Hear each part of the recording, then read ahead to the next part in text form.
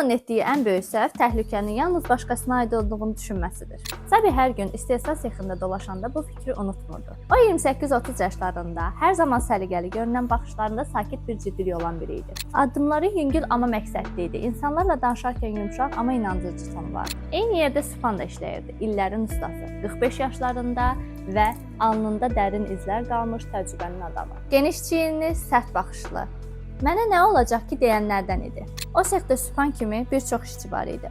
Hansı ki onlar da deyirdi ki, mənə nə ola bilər ki?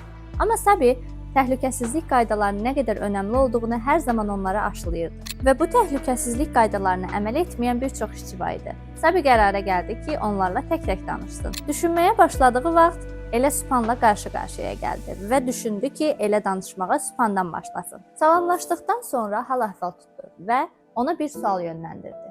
Və sual bu idi: əgər sənin başına bir iş gəlsə, evdəkilərə nə açıqlama verəcəksən? Span əvvəlcə çiyin çəkdi, amma Sabi susmadı və bu qərarlılığını görüb Span onu dinləməyə başladı. Sabi ona bir hekayədən bəhs elədi. Bu Vüqarın hekayəsidir, hansı ki 3 ay bundan əvvəl ayaq zədəsi almış bir işçi idi. Bu söhbət bitdi və hər kəs öz işi ilə məşğul olmağa davam etdi. Hardasa bir ay sonra gözlənilməz bir hadisə baş verdi.